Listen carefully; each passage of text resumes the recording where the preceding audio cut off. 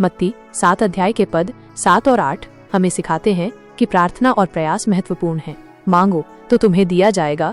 ये हमें प्रोत्साहित करता है कि हमें अपनी जरूरतों और इच्छाओं के लिए परमेश्वर से प्रार्थना करनी चाहिए। ये दर्शाता है कि परमेश्वर हमारी प्रार्थनाओं को सुनने और उनका उत्तर देने के लिए तैयार है। ढूंढो तो तुम पाओगे ये केवल प्रार्थना करने तक ही सीमित नहीं है, बल्कि सक्रिय रूप से अपने लक्ष्यों और उत्तरों की तलाश करने पर भी जोर देता है।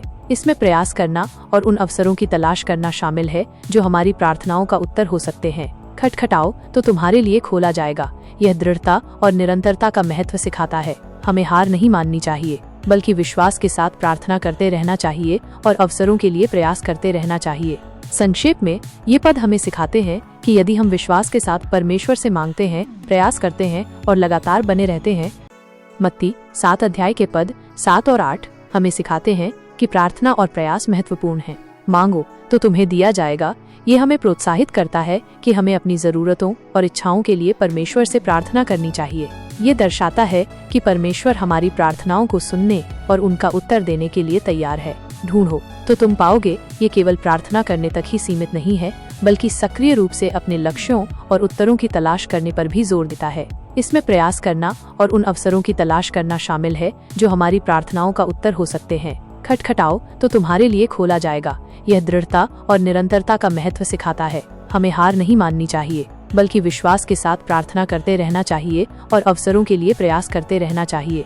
संक्षेप में ये पद हमें सिखाते हैं कि यदि हम विश्वास के साथ परमेश्वर से मांगते हैं, प्रयास करते हैं और लगातार बने रहते हैं, तो हमें वो मिलेगा जिसकी हमें तलाश है। मत्ती अध्याय 7 के पद 13 और 14 हमें संकरे और चौड़े रास्ते के बारे में सिखाते हैं। पद 13 है, सकेत फाटक से प्रवेश करो, क्योंकि चौड़ा है वो फाटक और सरल है वो मार्ग जो विनाश को पहुंचाता है, और बहुत से हैं जो उससे प्रवेश करते हैं। यह पद बताता है कि विनाश की ओर जाने वाला मार्ग चौड़ा और आसान है, और इस पर चलने वाले बहुत से लोग हैं। इस मार्ग पर चलना आसान लगता है क्योंकि इसमें अक्सर सांसारिक सुखों और इच्छाओं को प्राथमिकता दी जाती है, और इसके लिए किसी विशेष प्रयास या त्याग की आवश्यकता नहीं होती है।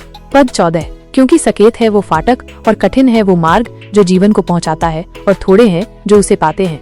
यह पद बताता है कि अनंत जीवन की ओर जाने वाला मार्ग संकरा और कठिन है, और इस पर चलने वाले थोड़े ही लोग होते हैं। यह मार्ग धार्मिक सिद्धांतों और नैतिक मूल्यों का पालन करने, त्याग और आत्मनियंत्रण रखने की मांग करता है। यह मार्ग कठिन इसलिए है क्योंकि यह अक्सर हमारी स्वाभाविक इच्छाओं और सांसारिक प्रलोभनों के विपरीत होता है। इन पदों से हम सीखते हैं कि जीवन में दो मुख्य रास्ते हैं, एक जो विनाश की ओर ले जाता है और दूसरा जो अनंत जीवन की ओर ले जाता है। विनाश का मार्ग आसान और आकर्षक लग सकता है, लेकिन इसका अंत बुरा होता है। अनंत जीवन का मार्ग कठिन हो सकता है, लेकिन यही सच्चा और स्थायी मार्ग है। हमें सोच समझकर उस संकरे मार्ग को चुनना चाहिए जो जीवन की ओर ले जाता है, भले ही इस पर चलने वाले कम हो और यह कठिन लगे।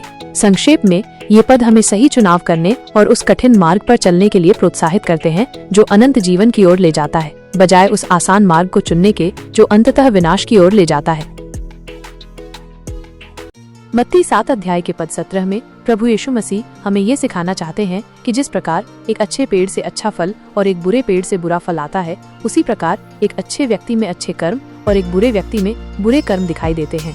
इस अध्याय में यीशु मसीह झूठे भविष्यवक्ताओं के बारे में चेतावनी दे रहे हैं। वे कहते हैं कि झूठे भविष्यवक्ता भेड़ के रूप में दिख सकते हैं, लेकिन अंदर से वे खूंखार भेड़िए होते हैं। उन्हें पहचानने का तरीका है उनके फल, यानी उनके कर्म और उनकी शिक्षाएं। एक अच्छा पेड़ हमेशा अच्छा फल देगा और एक बुरा पेड़ हमेशा बुरा फल देगा।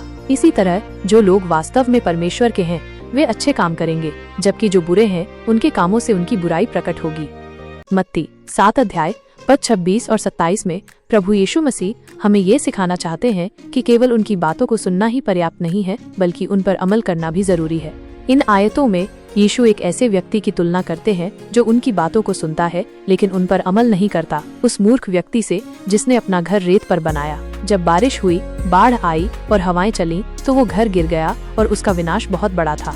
इसके विपरीत यीशु ने पद 24 और 25 में एक बुद्धिमान व्यक्ति का उदाहरण दिया है जो उनकी बातों को सुनता है और उन पर अमल करता है। उसने अपना घर चट्टान पर बनाया। मुख्य संदेश ये है कि यीशु के वचनों को सुनने और उन्हें अपने जीवन में लागू करने के बीच एक महत्वपूर्ण अंतर है। जो लोग केवल सुनते हैं और आज्ञा का पालन नहीं करते, वे उस मूर्ख व्यक्ति के समान हैं जिनका जीवन मुश्किलों के सामने टिक नहीं पाएगा। वहीं जो लोग यीशु के वचनों को मानते हैं और उनके अनुसार चलते हैं, वे उस बुद्धिमान व्यक्ति के समान हैं जिन्होंने अपने जीवन की नींव मजबूत चट्टान पर रखी है और वे जीवन की चुनौतियों का सामना करने में सक्षम होंगे।